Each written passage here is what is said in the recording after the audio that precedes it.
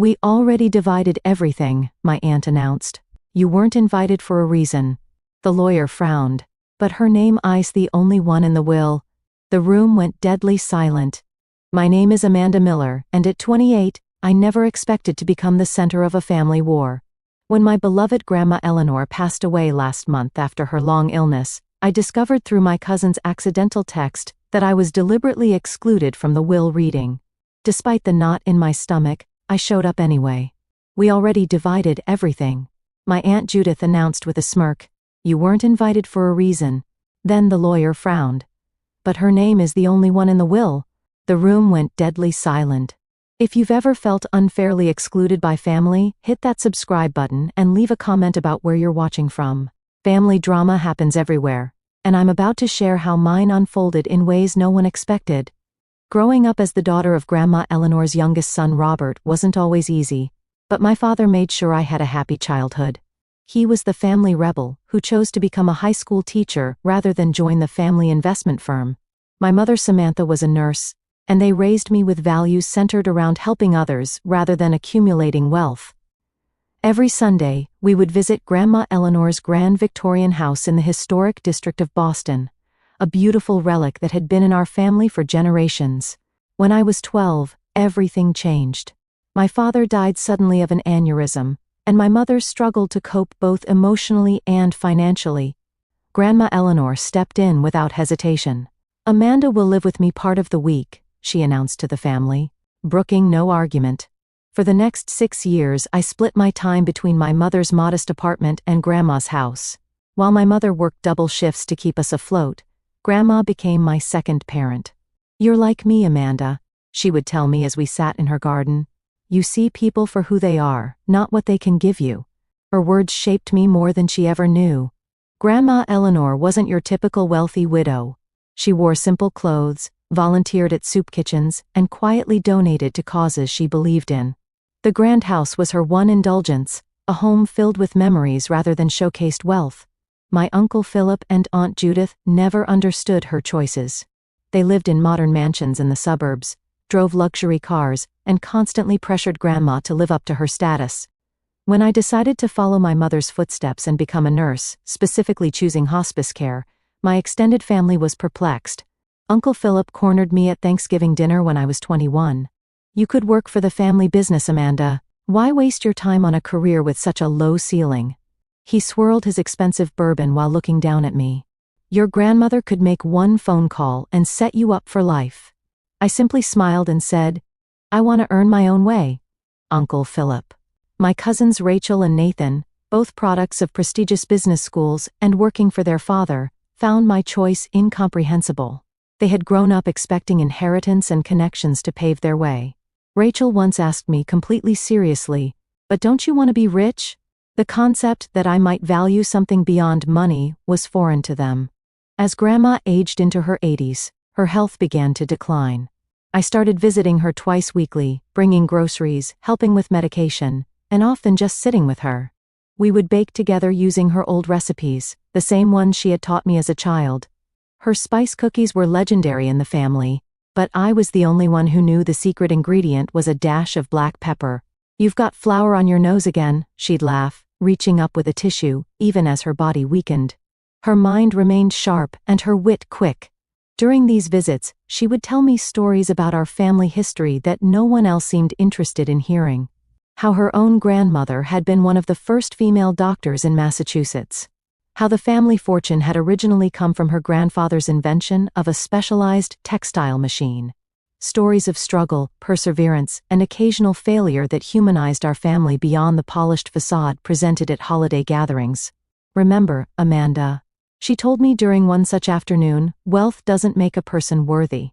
How they treat others when they think there's nothing to gain, that's the true measure of character." Meanwhile, as Grandma's health issues became more pronounced, the rest of the family visited only sporadically. Uncle Philip would stop by monthly, spending more time examining the condition of the house than connecting with his mother. Aunt Judith would bring expensive gifts that Grandma had no use for, then leave after precisely 1 hour. My cousins rarely visited unless there was a holiday meal involved. The December before Grandma passed, she gave me a small wooden box. "This was my mother's," she said. placing it in my hands. Inside was a simple pearl necklace, nothing flashy or particularly valuable. "It's beautiful," I said, genuinely touched. "I want you to have it now," she insisted. "The others would just see pearls, but you'll understand their value comes from who wore them." I had no idea then that this small gift would later be held against me. The last conversation I had with Grandma, just a week before she passed, still echoes in my mind. She was having a good day, sitting up in her favorite chair by the window. When I was about to leave, she took my hand with surprising strength. "Amanda, I've been watching all of you for years," she said, her blue eyes clear and direct. "I want you to know that I see everything, and soon I'll be making things right." I assumed she was talking about finding peace before her passing. I had no idea she was planning something that would change all our lives forever. The first major rift in our family happened 3 years ago when Grandma was 85. Uncle Philip called a family meeting at Grandma's house, ostensibly to discuss her care. When I arrived, I found not just family, but also a real estate agent waiting in the living room. "We've been discussing selling the lake house," Uncle Philip announced, referring to our family's vacation property in New Hampshire.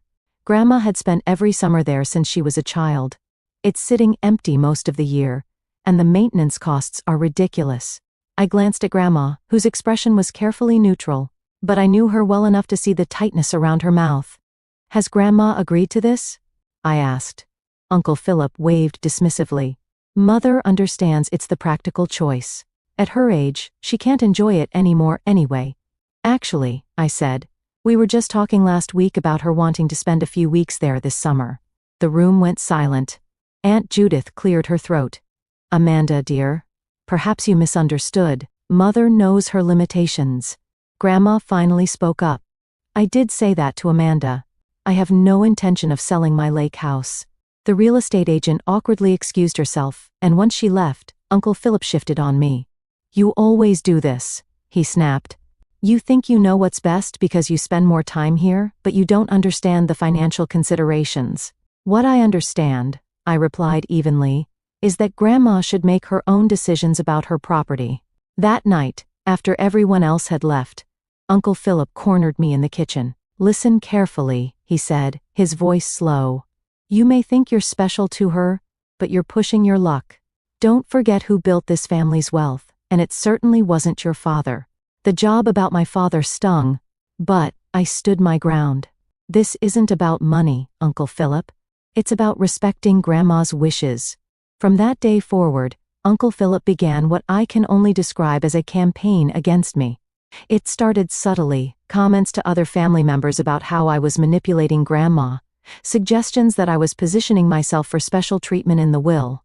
By Christmas that year, it was clear that many in the extended family had shifted against me. At the holiday dinner, Aunt Judith accidentally excluded me from the family photo.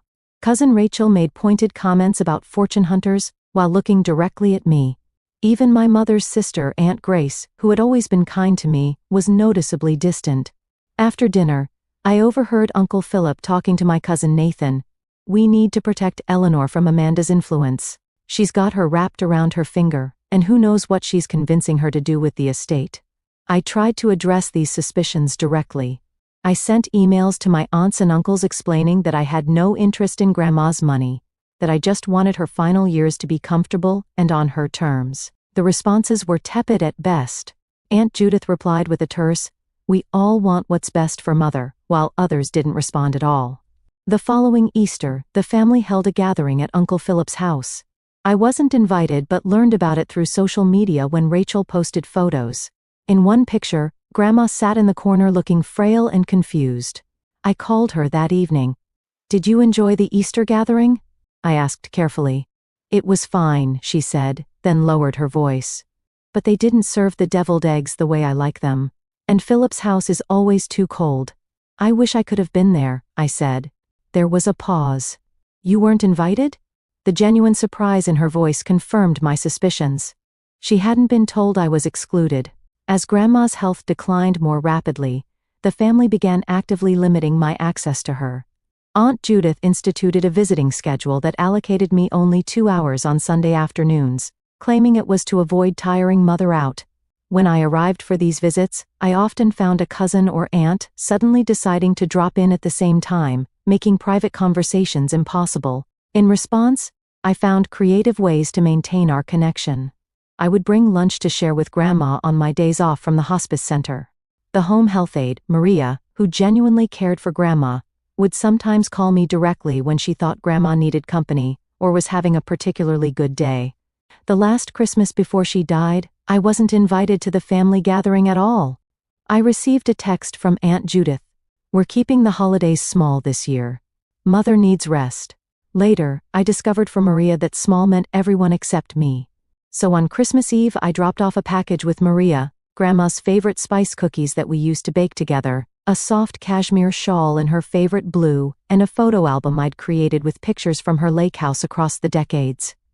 When Grandma passed away in April, I didn't get the news directly from family. Maria called me in tears from Grandma's house. By the time I arrived, Uncle Philip and Aunt Judith were already there, speaking with the funeral director about arrangements. "Oh, Amanda," Aunt Judith said with artificial sweetness when she saw me. "We were going to call you, of course." The funeral was a parade of family politics. I was seated in the third row, behind extended family members who had seen Grandma maybe twice in the last decade. I wasn't asked to speak, despite having spent more time with her than anyone in recent years. Uncle Philip delivered a eulogy that focused largely on Grandma's late husband's business acumen and the legacy he had left the family. Through it all, I kept thinking about what Grandma had said about making things right. I had no idea how prophetic those words would prove to be. 2 weeks after the funeral, I was preparing dinner in my small apartment when my phone pinged with a text message. It was from my cousin Rachel, clearly sent to a group by mistake, while reading Tomorrow at Harrison's office. 2 p.m. "Mom says not to tell Amanda." I stared at the message, my stomach dropping. A second later, another message followed. "Sorry, wrong threat. Ignore that, please." I sat down at my kitchen table, a cold feeling spreading through me. So this was how it would be. They weren't even going to tell me about the while reading. Whatever inheritance Grandma may have left me, they were apparently planning to keep me in the dark about it entirely. All night, I debated what to do. Part of me wanted to respect their wishes, to rise above the pettiness. I had never cared about Grandma's money. Our relationship had been about love, not inheritance. But another part of me, a stronger part, felt that Grandma would want me there. If nothing else, I deserved to hear her final wishes, even if she had left me nothing. By morning, I had made my decision. I called in to take the day off from work, something I rarely did. I carefully selected my outfit, a simple navy blue dress that Grandma had always complimented, professional but not showy. I wanted to look respectful, not like someone desperate for money. As I drove to the law office in downtown Boston, my hands were shaking on the steering wheel. I rehearsed what I might say, how I would handle the inevitable confrontation. In the parking lot, I sat for several minutes, gathering my courage. "Stand up for yourself, Amanda," I could almost hear Grandma say. "You belong anywhere I wanted you to be." The law office of Harrison and Associates occupied the top floor of a distinguished old building. When the elevator doors opened, I saw them immediately, Uncle Philip and Aunt Judith, my cousins Rachel and Nathan, Aunt Grace and her husband Tom, even distant cousin Louis, who had barely spoken to Grandma in a decade.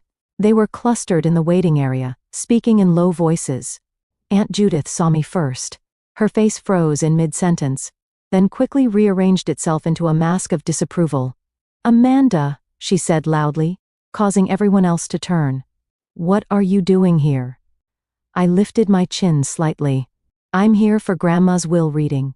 Uncle Philip stepped forward, physically placing himself between me and the group. "You weren't invited. This is for family." "I am family," I said simply. "You know what he means," Rachel interjected. "Family who respected Grandma's wishes instead of trying to influence her." Before I could respond, a door opened and an elderly man with silver hair and kind eyes appeared. "Are we all here for the Eleanor Miller estate?" he asked, then noticed the tension. "Is there a problem?" Aunt Judith stepped forward with her most charming smile. "Mr. Harrison, there seems to be a misunderstanding. Amanda wasn't supposed to be included in today's reading." Mr. Harrison looked confused. "Miss Amanda Miller? Eleanor's granddaughter?" "Yes, that's me." I confirmed. He consulted his clipboard. Then you're definitely supposed to be here. Please, everyone come in. The conference room was elegant, but not ostentatious, with a long mahogany table and comfortable leather chairs. I took a seat near the door, feeling every eye on me. The whispers were barely concealed. She must have found out somehow. Philip is going to be furious. After everything she pulled with the lake house. Mr. Harrison cleared his throat, bringing the room to order. Before we begin, I should mention that I was Eleanor's friend as well as her attorney for over 30 years. She was very specific about her wishes, and I intend to honor them exactly. He began to reach for a folder, but Aunt Judith interrupted. Mr. Harrison, I feel I should explain the situation with Amanda. She wasn't invited today because we've already discussed the distribution of most items. We didn't want to waste your time. I felt my face burning as everyone shifted to look at me again. We already divided everything, my aunt announced with finality. You weren't invited for a reason. Mr. Harrison frowned, looking genuinely puzzled. I'm afraid there's been a serious misunderstanding, Mrs. Carter. Nothing should have been distributed yet. He looked directly at me. And as for Ms. Amanda Miller not being invited, he opened the folder in front of him and adjusted his glasses. That would be highly irregular considering the contents of the will. What do you mean? Uncle Philip demanded. Mr. Harrison looked up, his expression professionally neutral but with something like satisfaction in his eyes. I mean that her name is the only one in the will. The room went deadly silent. I felt as though all the air had been sucked out, leaving us in a vacuum where no one dared to breathe. That's impossible, Uncle Philip finally sputtered. There must be some mistake. I assure you, there is not, Mr. Harrison replied, his tone making it clear he was not a man who made mistakes. Perhaps it would be best if I simply read the will as Eleanor intended. Mr. Harrison put on his reading glasses and began in a clear, steady voice. I, Eleanor Catherine Miller, being of sound mind and body, hereby declare this to be my last will and testament, revoking all previous wills and codicils. The formal legal language continued for a moment before he reached the critical section. After careful consideration and observation of my family over these past years, I have come to a decision regarding the distribution of my estate. I hereby bequeath all my property, both real and personal, including but not limited to my primary residence at 47 Beacon Hill Avenue, my vacation property at Lake Winnipesaukee, all financial accounts, investments, personal belongings, and family heirlooms to my granddaughter, Amanda Rose Miller. There was a collective gasp. Rachel dropped her water glass, sending it shattering across the hardwood floor. No one moved to clean it up. This can't be legal, Uncle Philip said, his face turning an alarming shade of red. Mr. Harrison continued as if he hadn't been interrupted. I have enclosed a personal letter explaining my decisions, which Mr. Harrison will provide to Amanda privately. However, I wish to make clear that this decision was made with full awareness and careful consideration. He looked up from the document. There is more, but perhaps we should address the immediate concerns first. Aunt Judith was crying now, mascara tracking down her cheeks. After everything we did for her, the doctor appointments, the family dinners, maintaining her social standing when she insisted on associating with those charity people, Nathan leaned forward. We'll contest it. She was clearly not of sound mind. Mr. Harrison shook his head slightly. I would advise against that course of action. Eleanor anticipated this reaction and took extensive measures to document her mental competence. She underwent comprehensive cognitive evaluation by 3 separate neurologists in the months before her passing, all of whom certified her as fully competent to make these decisions. As the reality sank in, I remembered Grandma's words, I've been watching all of you for years. She hadn't been making idle conversation. She had been testing us, observing how we behaved when we thought there was nothing to gain. Mr. Harrison reached into his briefcase and removed a sealed envelope. Amanda, your grandmother asked me to give you this letter privately, but, given the circumstances, you might want to share certain portions with the family. With trembling hands, I opened the envelope and began to read silently. My dearest Amanda, if you're reading this, then I've moved on to whatever comes next, and you've just discovered that you're my sole heir. I imagine the family is not taking it well. For years I've watched how each of you behaved around me. Philip visited only when he wanted to discuss rationalizing my assets.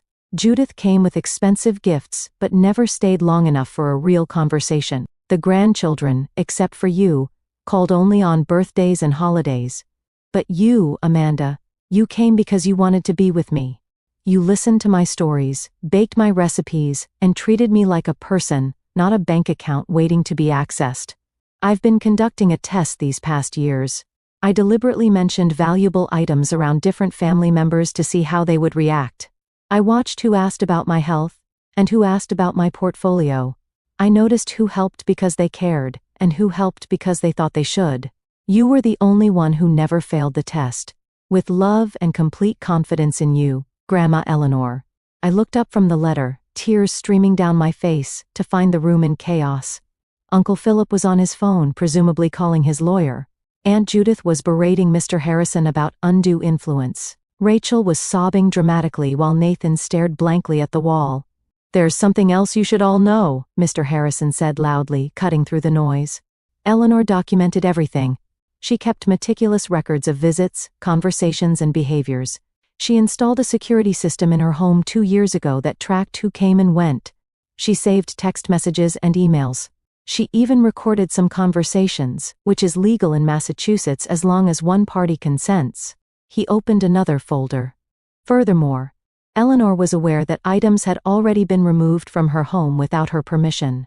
She maintained a complete inventory with photographs of all her possessions. "That's ridiculous," Aunt Judith scoffed, but her voice lacked conviction. "Is it? Mr. Harrison raised an eyebrow. "Then perhaps you can explain why the Tiffany lamp from the study is currently in your living room? Or why Eleanor's diamond tennis bracelet was worn by Rachel at a charity event last month? Or why paintings from the lake house have been photographed in Phillips's office?" The color drained from their faces. "The will includes a condition," Mr. Harrison continued. "Any items removed from Eleanor's properties must be returned within 30 days. Failure to do so will result in legal action." Uncle Philip finally exploded. "This is your doing," he shouted at me, pointing a trembling finger. "You manipulated a confused old woman. You shifted her against her own family." I thought of all the Sunday afternoons I'd spent with Grandma, talking about books and birds and family history. I thought of the times I'd driven her to doctor appointments when no one else would take time off work. I thought of the simple joy on her face when I brought her favorite ice cream just because it was Tuesday. "No, Uncle Philip," I said quietly. Grandma knew exactly what she was doing. She always did. The next few weeks were a nightmare. I left Mr. Harrison's office that day, with Grandma's letter clutched to my chest and my family's threats echoing in my ears. Uncle Philip's final words to me were, "This isn't over, not by a long shot." He wasn't lying. The very next morning, my phone began ringing before dawn. First Aunt Judith, then Cousin Rachel, then relatives I barely knew, all demanding explanations, making accusations, or attempting to negotiate for items they felt entitled to. I stopped answering unknown numbers, but the voicemails piled up.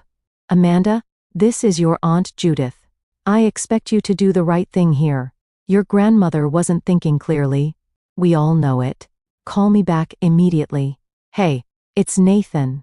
Look, I know we haven't been close, but that silver set was promised to me years ago. I can send you the email where Grandma mentioned it. Amanda, this is Uncle Philip. My lawyer will be contacting you. What you've done is despicable and won't stand up in court." By the end of the week, the harassment had moved online. Rachel posted a thinly veiled attack on social media. Amazing how some people can pretend to care about family just to get what they want. True colors always show eventually. Distant relatives I hadn't spoken to in years were suddenly messaging me, either condemning me or trying to establish a friendly connection now that I had inherited wealth. I changed my phone number and locked down my social media accounts, but the stress was taking a physical toll. I wasn't sleeping. I had constant headaches, and my supervisor at the hospice center noticed I was making small errors I never would have made before. "Amanda, is everything all right?" she asked after I forgot to document a medication change. "This isn't like you." I broke down and told her everything. She immediately insisted I take a week of personal leave. "Your patients need you at your best," she said kindly. "Take some time to get your legal affairs in order." During that week, I finally visited Grandma's house, my house now, according to the will. I used the key I'd had for years and walked into the silent, empty rooms that still smelled faintly of her perfume. But something was wrong. The house felt hollow, with conspicuous empty spaces on walls and shelves. Moving from room to room, I began to realize the extent of what had happened. The antique clock that had always stood in the hallway, gone. The collection of crystal figurines Grandma had treasured, missing several pieces. Her jewelry box in the bedroom, nearly empty. They had already taken so much. Not just valuable items, but things of purely sentimental value. The hand-knit Afghan Grandma's mother had made. The collection of souvenir spoons from her travels with Grandpa. Even the worn recipe book where she had penciled notes in the margins. I sank onto her bed, stripped now of the handmade quilt that should have been there, and sobbed until I had no tears left. It wasn't about the monetary value, it was the erasure of her presence, the theft of memories I had hoped to keep close. In the back of her closet, I found a small safe I hadn't known about. After trying several combinations that might be meaningful to her, I finally used her birthday, and it opened. Inside was a leather-bound journal, several USB drives, and a note in her handwriting. For Amanda, use if necessary. The journal detailed everything.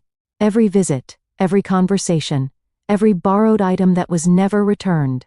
She had been documenting the family's behavior for years, creating a record that would be impossible to dispute.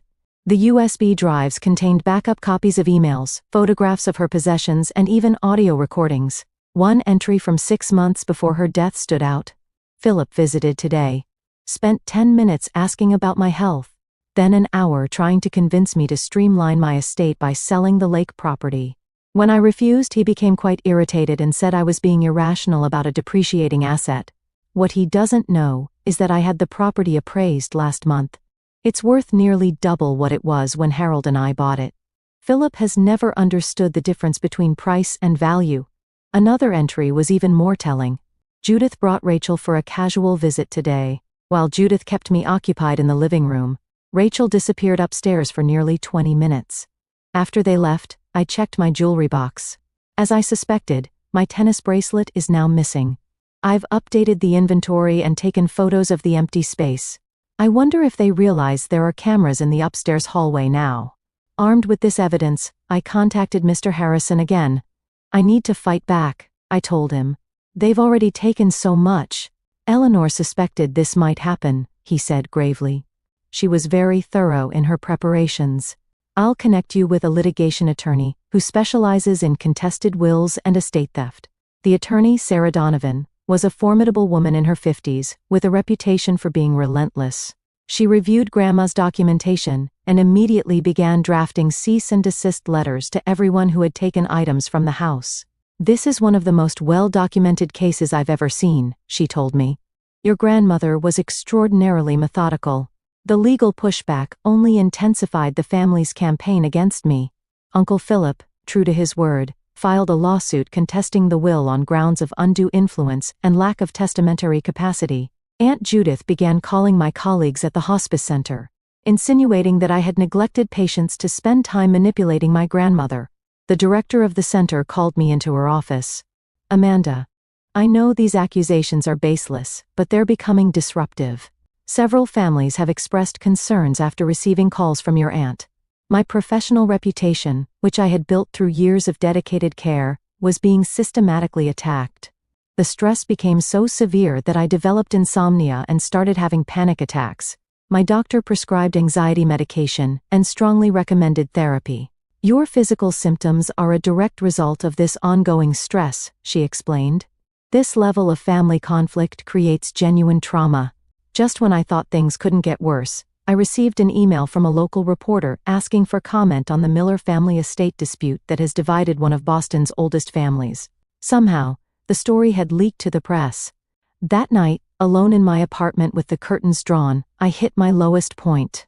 I seriously considered giving up, signing over the inheritance just to make the nightmare end. I pulled out Grandma's letter again, seeking comfort in her words, when my phone pinged with a text from an unknown number. Amanda, it's Maria, your grandmother's health aide.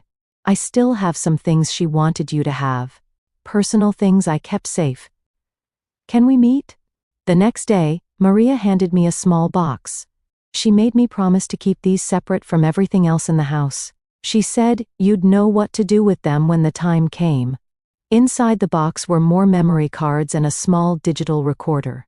When I plugged the first card into my laptop, I found dozens of video files. Grandma, sitting in her favorite chair, talking directly to the camera.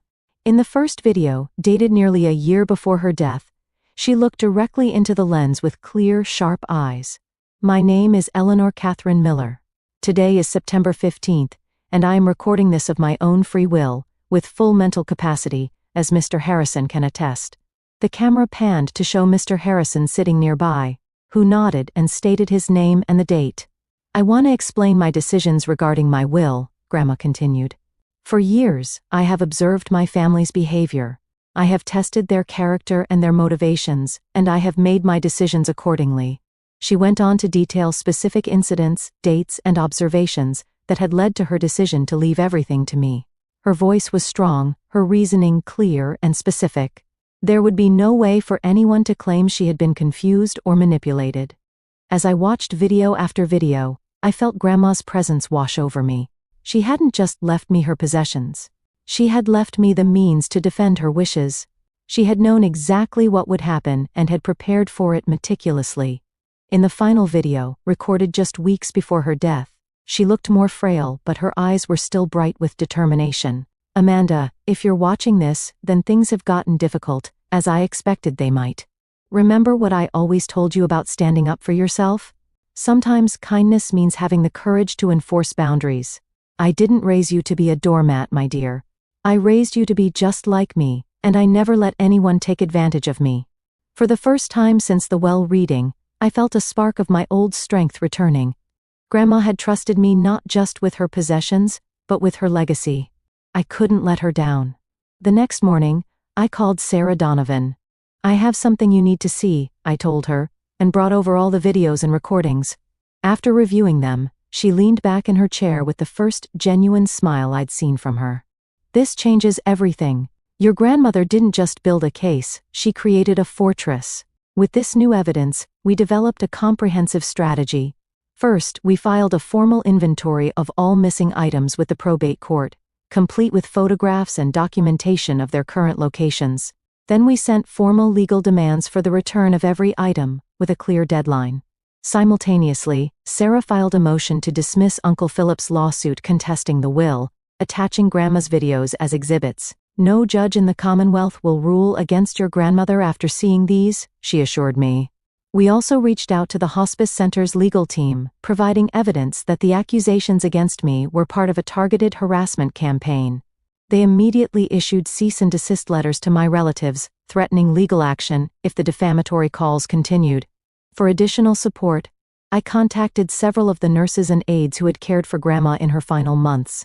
They were happy to provide affidavits about the frequency of my visits, compared to the rest of the family. You were there at least twice a week, confirmed Nurse Thompson. Sometimes your uncle would go a month without showing up, then spend the whole visit on his phone. Maria provided a detailed calendar she had kept of all visitors, showing that I had visited Grandma 64 times in her final year, while Uncle Philip had visited 7 times and Aunt Judith 9 times. My cousins had each visited only on holidays. We also obtained financial records showing that Uncle Philip had borrowed substantial sums from Grandma over the years without repayment, and that Aunt Judith had charged numerous personal expenses to Grandma's accounts under the guise of caretaking costs. Armed with this mountain of evidence, Sarah suggested we call a family meeting at her office. Sometimes showing your full hand at once can avoid months of unnecessary litigation, she explained. The day of the meeting, I arrived early, my stomach in knots despite our strong position. One by one, they filed an Uncle Philip with his attorney, a nervous-looking man who kept checking his watch, Aunt Judith, who refused to meet my eyes, cousins Rachel and Nathan, both trying to affect bored expressions that couldn't quite hide their anxiety. Thank you all for coming. Sarah began once everyone was seated. We've asked for this meeting to resolve some outstanding issues regarding Eleanor Miller's estate. Uncle Philip's attorney immediately launched into a prepared statement about significant concerns regarding undue influence and questions about testamentary capacity. Sarah let him finish before responding. Before we proceed further, there are some materials I think everyone should review. She pressed a button on a remote, and the large screen on the wall came to life with Grandma's face. "My name is Eleanor Catherine Miller." Her clear voice filled the room. "Today is September 15th, and I am recording this of my own free will." As the video played, I watched my family's faces. Uncle Philip grew increasingly pale. Aunt Judith's hand flew to her mouth. Rachel began to cry silently. When it ended, Sarah simply said, "There are 17 more videos like this one, each addressing specific incidents and decisions." Eleanor Miller was perhaps the most thorough client I've ever encountered posthumously. She changed the screen to show a spreadsheet. "This is the current inventory of items removed from Eleanor's properties without permission. Next to each item is its location, documentation of its removal, and its approximate value for insurance purposes. The total currently stands at just over $400,000. The room was deadly silent. Ms. Miller is prepared to file criminal charges for theft if these items are not returned within 7 days, Sarah continued, her voice matter of fact. Additionally, we have documentation of financial exploitation that could be of interest to the district attorney's office. Uncle Philip's attorney leaned over and whispered urgently in his ear. After a moment, Uncle Philip cleared his throat. "Perhaps we've all been hasty. Emotions run high after a loss like this, especially when there's money involved." I couldn't help adding. The meeting ended with Uncle Philip's attorney requesting time to review the evidence and advise his client. 2 days later, he called Sarah to inform her that they would be withdrawing their lawsuit contesting the will. Within a week, items began appearing on Grandma's porch, delivered by moving companies rather than returned in person. The jewelry came back via courier, each piece carefully packaged. No notes, no apologies, but at least they were complying. I hadn't expected to hear directly from any of them, so I was surprised when Aunt Judith called me directly. "Amanda," she said, her voice lacking its usual sharpness. We didn't realize how much these past years meant to Mother." "You never asked," I replied simply. There was a long pause. "We thought you were taking advantage of her. We didn't understand why she preferred your company so much. Because I saw her as a person, not a balance sheet." Another pause.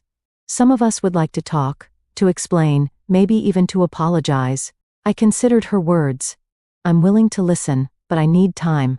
After we hung up, I sat in Grandma's living room, truly my living room now, surrounded by the returned items that carried her memory. The victories of the past weeks felt hollow in some ways. I had the house, the possessions, the legal validation, but I'd lost what remained of my family in the process. The next day, I took action. I called each family member individually, offering them the opportunity to select one sentimental item from Grandma's belongings, not the most valuable things, but something meaningful to remember her by. Some declined, still too proud or angry. But Rachel surprised me by asking for Grandma's recipe book. "She taught me to make snickerdoodles once," she admitted. "It's one of my few good memories with her." Nathan requested Grandpa's old fishing tackle box from the lake house. He took me fishing a few times when I was really little. Before everything got so complicated, Uncle Philip predictably declined my offer. But Aunt Judith asked for one of Grandma's watercolor paintings, a simple landscape of the lake at sunset. "She painted it the summer before she married your grandfather," she told me. I always admired it. These small connections didn't heal the deep wounds that had been inflicted. But they were a start. A recognition that Grandma had been more than her wealth. She had been a person who touched all our lives in different ways. The court officially closed the case the following month, confirming me as the sole heir and legal owner of all Grandma's properties and possessions. The victory was complete, but complicated by the knowledge that relationships had been irreparably damaged. As I stood on the porch of Grandma's house, my house, watching the sunset, I thought about how she would feel about all that had happened. The ugliness, the accusations, the greed, but also the final honoring of her wishes. "You did good, Grandma," I whispered to the evening air. "You saw us all clearly, even when we couldn't see ourselves." 6 months after the will reading that changed everything, I sat in Grandma Eleanor's garden, now my garden, watching bees buzz lazily around the lavender bushes she had planted years ago. The property had transformed in subtle ways. I'd kept the character and warmth she had cultivated, but added touches that reflected my own personality. New bookshelves in the study, a small meditation corner in the sunroom, wind chimes hanging from the porch ceiling. The house no longer felt haunted by conflict. It had become a sanctuary again, just as it had been during my childhood visits. I'd taken a leave of absence from the hospice center to focus on settling the estate and determining my path forward. The inheritance had given me options I'd never imagined having, but also responsibilities I was still learning to navigate. One rainy afternoon, while organizing Grandma's desk, I found an envelope I had somehow missed during previous cleanings. It was addressed simply to Amanda, after everything is settled. Inside was a handwritten letter on Grandma's distinctive stationery. My dearest Amanda, if you're reading this, then the storm has passed. Knowing our family, it was likely a Category 5 hurricane, but I had complete faith in your strength and resilience. I need to explain something I couldn't put in my official documents. This inheritance was never about punishing the others, though I'm sure that's how they saw it. It was about recognizing the heart that beats so strongly in you, the same heart my Harold had, the same heart your father Robert inherited. Money changes people, Amanda. I've watched it happen throughout my life. It can bring out selfishness, entitlement, and cruelty. But occasionally, very occasionally, it finds its way to someone who understands its true purpose. To create security that allows for generosity. I chose you not because you were perfect or because you never disappointed me. I chose you because when you made mistakes, you owned them. When you disagreed with me, you did so respectfully. When you helped me, you did it without expectation of reward. The others will claim I was manipulated or confused, but the truth is simpler. I wanted my legacy in the hands of someone who would honor its spirit, not just preserve its value. Now, some advice from beyond. Don't let this wealth change who you are. Use it to become more authentically yourself. Take that trip to Italy we always talked about. Fund that pediatric hospice program you dreamed of creating. Keep the lake house in the family someday. You might have children who will love it as we did. And perhaps, when wounds have healed enough, find ways to include the family again. Not because they deserve it, but because connection matters. Set boundaries, certainly. I wasn't raised to be a pushover, and neither were you, but leave room for growth and reconciliation. I love you, my dear girl. I'm so proud of the woman you've become. Grandma Eleanor. Tears streamed down my face as I read and reread her words. Even now she was guiding me, offering wisdom and permission to forge my own path forward. In the weeks that followed, I began implementing her suggestions. I established the Eleanor Miller Memorial Scholarship at the nursing school I had attended, specifically for students interested in hospice and palliative care. I started the paperwork to create a foundation focused on supporting elderly individuals without family support, people who, unlike Grandma, didn't have anyone to advocate for them in their final years. I took that trip to Italy, visiting the small village in Tuscany where Grandma's parents had been born. Walking the same cobblestone streets they had walked, I felt a connection to my history that transcended their recent family conflict. As for the family themselves, healing came in small, unexpected moments. Cousin Rachel reached out first, asking if we could meet for coffee. She brought pictures of her new baby daughter, whom she had named Eleanor. I want her to know the real family stories, Rachel explained awkwardly, not just the polished versions we tell at fundraisers. Would you? Would you be willing to share some of your memories with her someday? Nathan invited me to his wedding, though I suspected his fiancée had insisted. Still, when I attended, he made a point of introducing me to everyone as my cousin who runs the Eleanor Miller Foundation. It wasn't warm, but it was acknowledgement. Aunt Judith remained distant but sent a Christmas card with a brief note. Your grandmother would be proud of what you're doing with the foundation. Coming from her, it was practically an olive branch. Uncle Philip never came around. Some wounds run too deep, some pride too rigid to bend. I made peace with that reality while leaving the door open should he ever change his mind. The greatest healing came through an unexpected connection. During one foundation event, I met Grandma's nephew Lucas, my father's cousin who had moved to California decades ago. He'd lost touch with the family, but had fond memories of Grandma and my father. Robert was the best of us. He told me over dinner. He chose teaching over money, substance over status. Eleanor adored him for living authentically. Through Lucas, I discovered a branch of the family untainted by the inheritance battle. Second and third cousins who shared stories and photographs I'd never seen, expanding my understanding of our family history beyond the narrow narrative I'd grown up with. 1 year after Grandma's passing, I hosted a memorial dinner at the house. I invited only those who had genuinely cared for her, Maria and other caregivers, Mr. Harrison, a few neighbors who had been true friends, Lucas and his family, and yes, even Rachel and her baby Eleanor. We shared stories, laughter, and a few tears, creating the kind of gathering Grandma would have loved. As everyone mingled in the garden afterward, Mr. Harrison approached me with a glass of Grandma's favorite sherry. "You know," he said quietly, "I've handled hundreds of estates over my career. Seen families torn apart and relationships destroyed over far less than what was at stake here. I'm not sure our family fared much better," I admitted. He shook his head. "You misunderstand me. The miracle isn't that some relationships survived, it's that you remained true to yourself throughout. Eleanor told me once that her greatest achievement wasn't her wealth or status, but raising a son who valued integrity enough to pass it to his daughter." I looked around at the gathering, not the family I had expected to have, but a chosen family bound by genuine love and respect for Grandma Eleanor. On the mantel inside, her photograph watched over us all, her slight smile seeming to say she had known how everything would unfold. The inheritance had cost me relationships, but had given me something far more valuable, the freedom to live by my own values, just as my father had done, just as Grandma had taught me. I understood now that this had been her true bequest, not the house or the money, but the courage to stand firm in my truth. As the evening drew to a close and the last guests trickled away, I stood on the porch, watching fireflies dance in the warm summer dusk. "We did it, Grandma," I whispered. "We set things right." Have you ever had to find your voice in the face of family expectations? I'd love to hear your experiences in the comments below.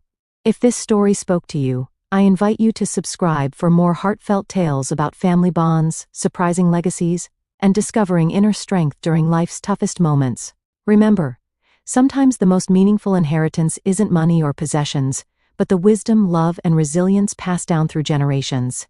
Thank you for being part of my journey today. May you always find the strength to live your truth, just as my grandmother Eleanor taught me to live mine.